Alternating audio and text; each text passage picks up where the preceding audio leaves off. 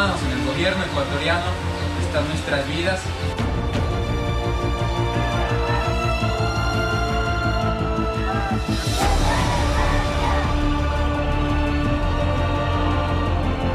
Nos piden el intercambio de nuestras 3 vidas. Nos faltan 3. No va más, queridos compatriotas. Doy un plazo de 12 horas a estos narcos para que nos entreguen la prueba de la existencia de nuestros compatriotas. Los colombianos nos sentimos consternados con lo que ha sucedido con el periodista y los trabajadores del diario El Comercio.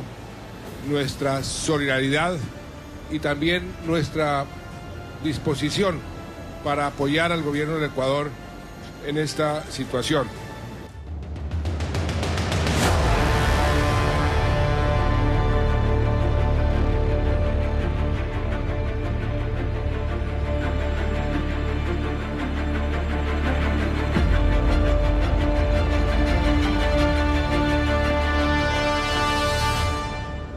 Comenzamos en Ecuador. Juntos fueron secuestrados y asesinados. Ahora juntos serán despedidos. Llegaron a Ecuador los cuerpos de los periodistas ecuatorianos que fueron secuestrados y asesinados por disidencias de las FARC. Sus familiares viajaron hasta Colombia para acompañar el traslado de los cadáveres en un avión de la Fuerza Aérea Ecuatoriana. En medio del dolor de sus familiares y amigos, se renueva la exigencia a los gobiernos de Ecuador y Colombia para que se dé paso a una investigación que impida que este caso quede en la impunidad.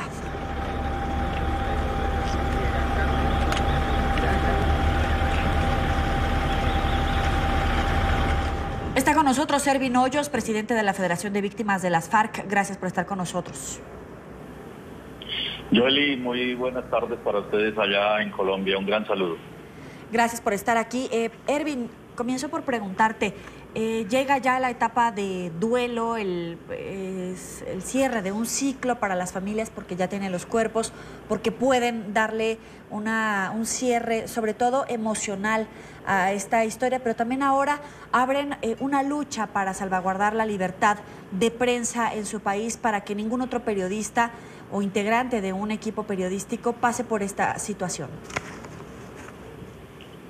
Bueno, la situación de las familias, como muchas en Colombia, que no ha podido ser resuelta a estos familiares de los periodistas en Ecuador, podemos decir que tuvieron la oportunidad de darle un cierre a ese ciclo de duelo, un cierre que no han podido hacer más de 3.800 familias en Colombia, de muchos de los que fueron secuestrados, que fueron asesinados por las FARC y desaparecidos. Aquí hay que reconocer que el trabajo que se hizo de búsqueda, de localización, por ser periodistas ecuatorianos, por haber estado al servicio activo de la prensa, por esa solidaridad internacional que dio como resultado que se localizaran los restos, pues dista mucho de la realidad de otros casos de secuestrados que no se pudieron localizar, pero que seguimos a la espera. Ahí se ha hecho un trabajo muy minucioso, detallado para lograr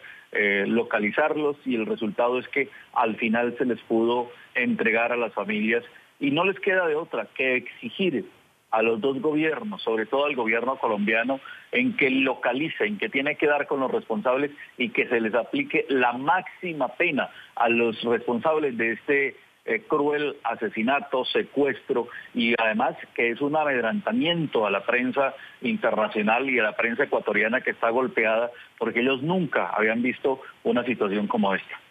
Y justamente el caso del equipo periodístico del Comercio ya está en este punto, pero la pareja secuestrada, no hay información sobre ella.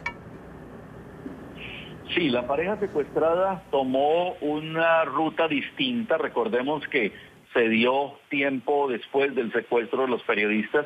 Ellos se fueron hacia una zona conocida como Costa Rica, y allá la información que tenemos es que llegaron a ser tomados por la disidencia que dirige alias Guacho, que para ellos fue muy sospechoso ver que estas personas cruzaron los diferentes retenes y llegaron hasta uno de los puntos de concentración de combustible y de insumos para el procesamiento de coca. Cuando se dieron cuenta era que estaban allí. Pues resulta que ese día que esta pareja de ecuatorianos salió de su casa en Santo Domingo y se fueron a buscar una oportunidad de trabajo a esa zona, pues no había retenes de la disidencia, no había ningún tipo de retén. Cuando llegaron allá se sorprendieron y por eso los tomaron cautivos y hasta allí se conoce la información. Hay otra información que hemos podido obtener que no está todavía confirmada, pero que solamente pues estamos trabajando sobre ello para establecer qué ocurrió también con estos ciudadanos ecuatorianos que estarían posiblemente en poder de esta disidencia de alias Guacho.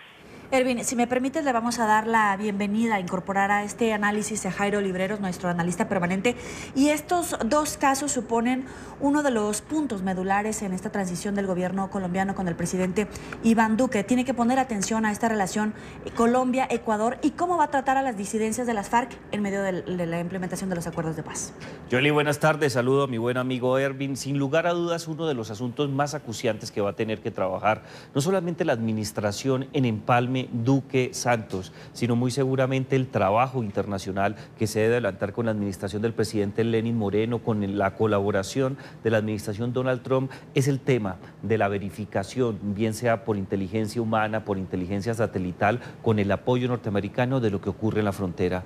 La muerte de los periodistas, el secuestro de estas otras dos personas y una cantidad de actos criminales que ocurren en la frontera, que se vienen a conocer o que por lo menos tienen un eco mediático en los últimos días por cuenta de esta situación catastrófica, se tiene que detener. Colombia tiene una deuda muy grande con Ecuador. Ecuador ha recibido durante la última década aproximadamente un número muy importante de ciudadanos que huyen del conflicto.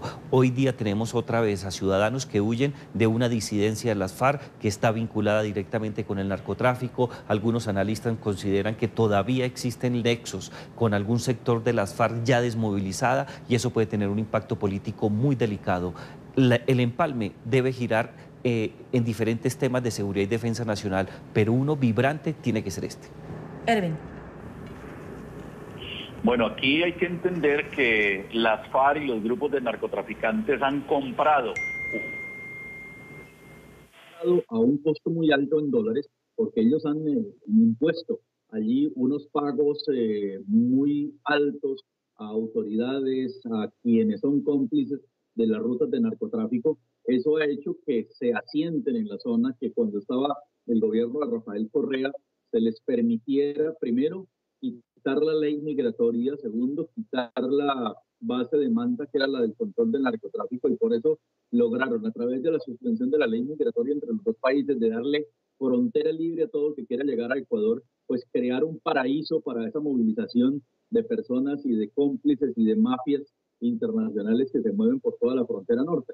Ese tránsito de drogas hace que la cocaína que se produce en Colombia y que sale por la ruta hacia Ecuador sea el 30% más barata que la que se mueve por el territorio colombiano, ya que en el territorio colombiano hay muchos controles, hay muchos retenes, hay muchos obstáculos para el tránsito, tienen que sobornar a muchas más personas y eso la encarece. Pues ese paraíso que se ha convertido, la frontera norte para los ecuatorianos, los ha convertido ahora en un objetivo de un delito transnacional, del macrotráfico transnacional. Este gobierno, el gobierno del presidente Lenín Moreno en Ecuador, está tomando medidas y va a tomar unas medidas muy drásticas frente a esto. Así que lo que se le puede avecinar a Ecuador es una reacción de esas mafias, de estos narcotraficantes, de todos los que están allí, incluidos las FARC y el ELN, porque todos tienen propiedades en el Ecuador y grandes propiedades desde hace muchos años, desde que estaba la Cominter, la Comisión Internacional de las FARC, que funcionaba en Ecuador y que todos lo pagaban dentro de Ecuador.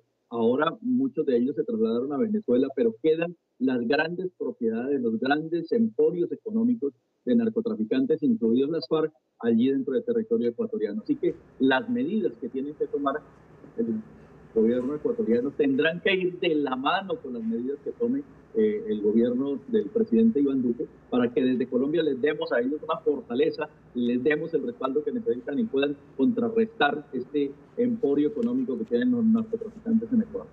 Vamos justamente a Ecuador con Jean Paul Bardellini, que tiene más información sobre esta noticia en desarrollo.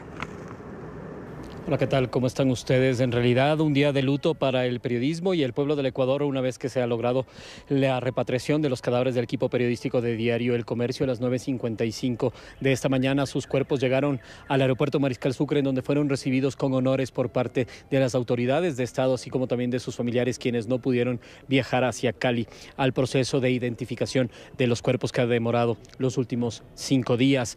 Pero acá también se los recibió con una caravana y sus familiares aseguran que esto solamente es el principio de una nueva etapa.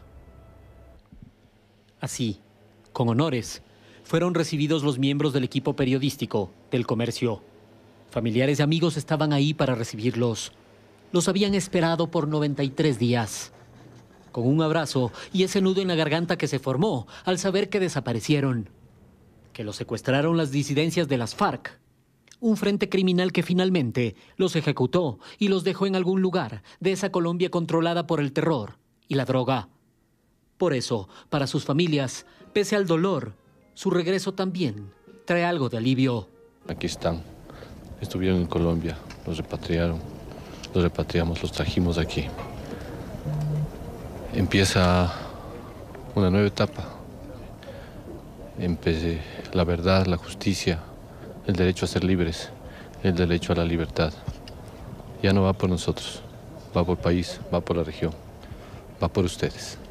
Y es que aún queda mucho por hacer y contar. Por fin acceder a la información que se tiene en Fiscalía Colombiana y que esta pueda aportar a toda la investigación que se lleva acá en Ecuador también, y que de alguna forma los hechos puedan ir esclareciéndose de a poco, que los responsables por acción u omisión sean determinados y que esto solo permita que la muerte de nuestros 3 familiares, de mi padre Efraín, de Javier y de Paul, no quede en la impunidad. El gobierno asegura que no los dejará solos, que ayudarán en las investigaciones. Retomamos la coordinación interministerial, interinstitucional y, por supuesto, la coordinación con las familias de Paul, Efraín y Javier. Así dejaron el aeropuerto en medio del luto, acompañados por una caravana que los llevó a Quito, donde los esperaban sus otros hermanos. Esos periodistas que saben que aún hay historias que contar, especialmente esa que ellos fueron a buscar en la frontera. Esa historia que finalmente les costó la vida a Efraín, Paul y Javier. No olvido, no impunidad y no repetición. Yo creo que esas 3 palabras son claves para pensar el periodismo ecuatoriano a futuro.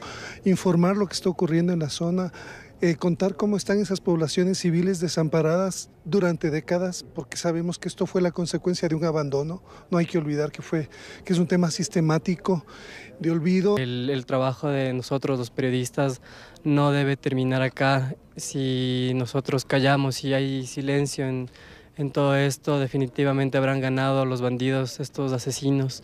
Y eso es algo que nosotros no podemos permitir como periodistas. Nosotros tenemos que completar su misión, su trabajo, y así tiene que ser. Ahora se espera que en minutos más, a través de una caravana, los 3 cuerpos de Efraín, Paul y Javier sean trasladados hacia Diario El Comercio, en donde ellos tendrán una capilla ardiente que será cerrada solamente para sus familiares y amigos más cercanos, y ellos permanecerán ahí hasta la mañana de este día jueves, en que irán a una capilla ardiente abierta al público en el Colegio San Gabriel, en el norte de la capital de los ecuatorianos. Allí permanecerán hasta las 10 de la mañana del próximo día viernes, recibiendo el último adiós de allegados, familiares y del público en general que quiera despedirse de estos periodistas, y finalmente serán enterrados en este mismo lugar, en la necrópolis, una funeraria ubicada en el norte de la capital, en la tarde del día viernes. Esos son los eventos programados para honrar a los periodistas que murieron en la frontera norte en manos del narcoterrorismo y cuyos familiares aseguran todavía falta mucho por contar de su historia. Es la información que tenemos desde Quito a esta hora. Ustedes continúan con más aquí en la tarde. Hasta pronto. Hasta pronto, Jean Paul. Ervin, escuchando a Jean Paul hace unos minutos, también contigo, Jairo, volvemos a tener esa sensación de luto por una noticia que nunca había enfrentado la prensa ecuatoriana, sí, por una situación que nunca había atravesado el pueblo ecuatoriano, de tener un grupo de periodistas y en este caso también ya la pareja secuestrada a manos de disidencias de las FARC. Ervin, esto va a marcar un antes y un después. Sin embargo, ¿cómo va a ser el futuro de Ecuador después de esta noticia? Bueno, el futuro de Ecuador no es fácil, no les espera nada fácil enfrentar la nueva realidad que van a tener, porque ya hay un temor entre la prensa ecuatoriana. Yo cuando estuve dirigiendo la misión periodística internacional humanitaria, convocamos a toda la prensa para que fuéramos todos en bloque, en grupo, hacia la zona de la frontera norte. El día que se supo que secuestraron a la pareja, ese día íbamos saliendo de Quito con un grupo de periodistas y tan pronto se conoció la noticia, pues todos se devolvieron, todos se regresaron por el mismo temor, porque hablar de Guacho en Ecuador es como hablar del demonio, como hablar de Satanás, así que se le tiene demasiado temor a este criminal. Y lo que hay que hacer ahora es respaldarlos, lo que hay que hacer es de nuevo que la prensa extranjera vayamos allí a acompañarlos, a hacer presencia en esa zona, a destapar todo lo que allí se está moviendo. Son macropoderes del narcotráfico, grandes cantidades de droga que están saliendo del lado colombiano, que están importando urea traída del Perú para meterla hacia la frontera norte y procesar allí el ANFO. No sabemos qué va a venir, qué están haciendo todo el ANFO que están preparando en esa región. Lo están almacenando en Quito, lo están almacenando en Ibarra, lo están llevando a otras ciudades, están preparando algunas acciones de atentados terroristas contra el pueblo ecuatoriano para presionar a las autoridades. No sabemos, porque el narcotráfico mueve muchísimo dinero. Son más o menos 60 toneladas de droga las que están saliendo por el lado de territorio ecuatoriano cada semana, más toda la droga que se mueve del lado colombiano, más toda la droga que sacan por los puertos, camuflada en camarones, en pescado, en muchos otros productos que exporta el Ecuador hacia el mundo. Y todo esto lo tienen controladas las mafias, así que el periodismo ecuatoriano está hoy frente a destapar ese gran macronegocio del narcotráfico, en donde hay metidas autoridades, en donde hay metidos empresarios, en donde hay gente de mucho poder tras de estos negocios. Claro, y me lleva a pensar en el siguiente punto cuando te escucho, Ervin, porque muchos decían, vamos a perseguir a ese grupo disidente de las FARC como un grupito de 50 personas máximo, pero ahora que te escucho estamos hablando de esta operación que tienen con grupos del narcotráfico, con cárteles de la droga que estarían operando en esa zona, pero también que están apoyados, no sé si con Venezuela, con Brasil, etcétera, con esta zona territorial que les puede dar mucho mayor poder de influencia. Jairo. Claro que sí. Hay que tener en cuenta que no se pueden utilizar herramientas habituales o por lo menos herramientas de persecución ordinaria frente a una agrupación que tiene un respaldo político y un respaldo internacional muy importante. Cuando hablo de respaldo político hay evidencia de algunos nexos que han adquirido en los últimos años este grupo de disidencias de las FARC dedicadas al narcotráfico con el tema de Venezuela, no solamente con la Fuerza Armada Bolivariana, sino con sectores que representan políticamente el sustento de la administración de la dictadura de Maduro, pero también tienen un respaldo y unos procedimientos eminentemente administrativos. No solamente hablamos del cartel de Sinaloa, como se ha convertido en las últimas semanas una frase reiterada para hablar o para analizar el narcotráfico y la incidencia que tiene en Colombia. Hay un proceso de transnacionalización muy importante que gira en torno de vender drogas, estar pendiente de los cultivos ilícitos, el procesamiento, el intercambio de armas, el tráfico de dinero para lavarlo o por lo menos para tener la oportunidad de ingresarlo en términos, entre comillas, de la mejor manera al sistema financiero. Yo creo que tenemos que pensar en herramientas de crimen internacional organizado, en actividades encubiertas, en patrullajes de las fuerzas militares conjuntamente entre Ecuador y Colombia. Es un tema que genera preocupación a los altos mandos de los dos países porque consideran que puede haber un proceso de choque entre las formas de conducir las operaciones militares de dos ejércitos que tienen unas distancias muy grandes, no por cuenta del enfrentamiento, sino por la experiencia de cada uno de ellos. Desde ese punto de vista yo creo que estamos ante un fenómeno que va a impactar de manera muy fuerte, no solamente a la sociedad civil o a la población civil, sino de manera particular la estabilidad de la democracia. Guacho, según informaciones, tiene contactos también con ciertos sectores políticos locales en los territorios donde se mueve. Se teme que esté en capacidad en las elecciones de octubre del próximo año de poner alcaldes, no creo que gobernador, pero sí quizás un alcalde, algunos concejales o un diputado, y creo que estamos ante un fenómeno que ya conocemos en Colombia, cómo los grupos terroristas se apoderan del Estado, y esto que parece muy pequeño puede terminar en un proceso mucho más grande y más complejo. Incluso en entrevista con nuestra periodista Andrea Bernal, el propio presidente ecuatoriano, Lenín Moreno, decía que se iba a abrir una investigación para ver hasta dónde llegaba el alcance y la penetración de las FARC en el gobierno de Rafael Correa, al que él también perteneció. Pues un vicepresidente, ¿no? Con unas funciones claramente identificadas, no solamente por el mandato que le dio el presidente Correa, sino porque hace parte del giro ordinario en términos constitucionales de sus actividades. Ervin, entonces, literal, destaparon la olla, pero de ahí puede llevar a un lugar que ni siquiera imaginamos, no solamente dentro de la administración actual de Ecuador, sino también para sus antecesores, como el caso del propio presidente. Sí, el presidente Lenin, vale la pena señalar que hizo parte del gobierno de Rafael Correa, pero por sus circunstancias, el presidente Lenin, dentro de esa época de gobierno funesto de Correa para Ecuador, fue mantenido al margen. Esa figura de vicepresidente le dieron a él unas funciones que no estaban relacionadas netamente con las decisiones de gobierno, tanto que incluso esto lo he podido conocer de manera cercana, y es que el ambiente que le había creado a Correa era de decir que a Lenin no se le podían contar muchas cosas porque no se le tenía confianza. Entonces eso hace que hoy el presidente Lenin se esté enterando de una cantidad de hechos y haya tomado unas decisiones radicales y rotundas para contrarrestar todo esto que a él se le ocultó. Yo creo que hubiese sido muy difícil que él hubiese hecho parte de esas decisiones. Como no tomó parte en esas decisiones, hoy Correa no lo puede implicar en nada porque lo mantuvo al margen. Y eso hace que él esté de alguna manera limpio en esas circunstancias de facilitarle al crimen transnacional participar allí, la suspensión de la base de Manta, que era para abrirle el tráfico de drogas a las FARC. Esa fue una exigencia de las FARC, y a cambio de eso que las FARC le dieron promedio por cada frente $500.000. Había 6 frentes en la zona, entonces ya podemos calcular que la campaña de Correa para la época recibió por lo menos $3 millones de las FARC, y una de las condiciones era quitar la base de Manta. Esas decisiones con efectos políticos que trascendieron en el tiempo y que le crearon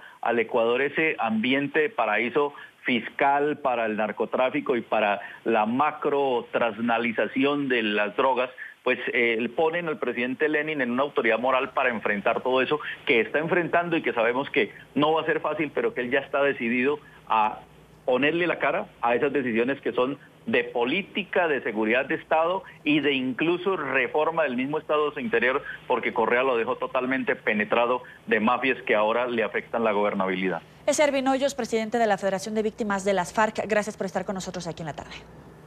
A ustedes, un gran saludo.